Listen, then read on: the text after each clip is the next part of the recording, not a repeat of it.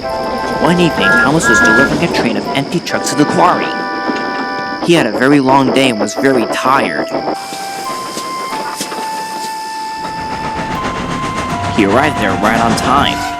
"Thank you, Thomas," said Mavis. "That's all the cars we needed." "You're very welcome, Mavis," replied Thomas. "How are things up here?" "Not too well with Spire and Dodge," frowned Mavis. She motioned to the twins sitting in the quarry shed, gazing grimly at each other.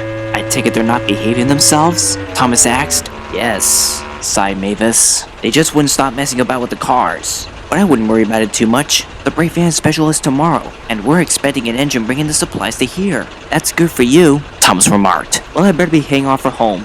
Good night." "Good night, Thomas." It was already dark when Thomas stopped at Farquhar. "It's getting very late, Thomas," his driver said, "so we're gonna leave you in the shed over there and come back for you tomorrow." "Oh, sounds easy enough," yawned Thomas sleepily. So Thomas's crew parked him in the shed, bid him good night, and went off for home. Thomas was just settling in for the night when he heard a faint puffing noise from outside. "Who is that?" Thomas wondered and looked outside the window. In the moonlight, a black tank engine came into view, pulling a small goods train. Thomas could see it was heading up to the quarry. Then the train disappeared into the night before a faint whistle sounded through the valley. Thomas had no idea who that engine was, but he didn't want to find out. With a yawn, the blue tank engine drifted off to sleep. By midnight, Thomas suddenly woke up to feel something moving about inside his coal bunker. "Whatever is that?" he wondered. "It tickles terribly." Then he felt it move from his coal bunker to his cab. "Is anyone out there?" Thomas called out. The tickle didn't say anything. Thomas waited to see what the tickle would do next. There was a long pause. Then suddenly tickle, tickle, tickle came from the top of his cab. Next there was a very faint mew and a hurtless scratching sound. "It sounds like a kitten," Thomas thought, "but it can't be surely." By now, Thomas could feel 2 tickles inside his cab. Then the first tickle let the second tickle near his firebox, and he felt it tickling its way out of his cab again. This happened 5 more times. There were 3 tickles, then 4 tickles, then 5, 6, 7 tickles.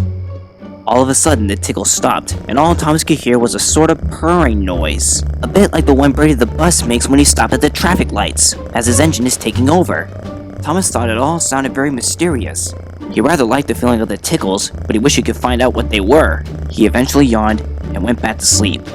Little did he know that he was about to find out what the tickles really were. The next morning, the mystery was solved. Thomas's driver and fireman showed him the source of the tickles. It was a mother cat with 6 kittens who were sleeping by the coal shovel. "She must have brought them in to keep warm by our fire last night, Thomas," said his driver. "They would have given off quite the heat for several hours." Thomas told Percy and Toby all about it later that day. "Did the Fats Controller find homes for the kittens, Thomas?" asked Percy. "Yes," agreed Thomas. "There were 5 girl kittens that they called Annie, Clarabelle, Henrietta, Daisy, and Mavis, and 1 boy kitten that they named after me. And I hear that the mother cat is named Emily," added Toby. "And it was kind of you, Thomas, for giving her and her kittens warmth and company." At that moment, Mavis arrived. "The Brave Van special was a great success," she said happily. "Spider and Dodge behaved surprisingly well, and so too did the trucks." "Oh, we are glad," grinned Thomas. "And I heard you had quite the night, Thomas," added Mavis. "You must have known yourself to be a good babysitter, or perhaps a good cat house," chuckled Thomas. With the last cheerful greeting, Mavis rolled away. What about the mysterious engine? That's a story for a very distant day.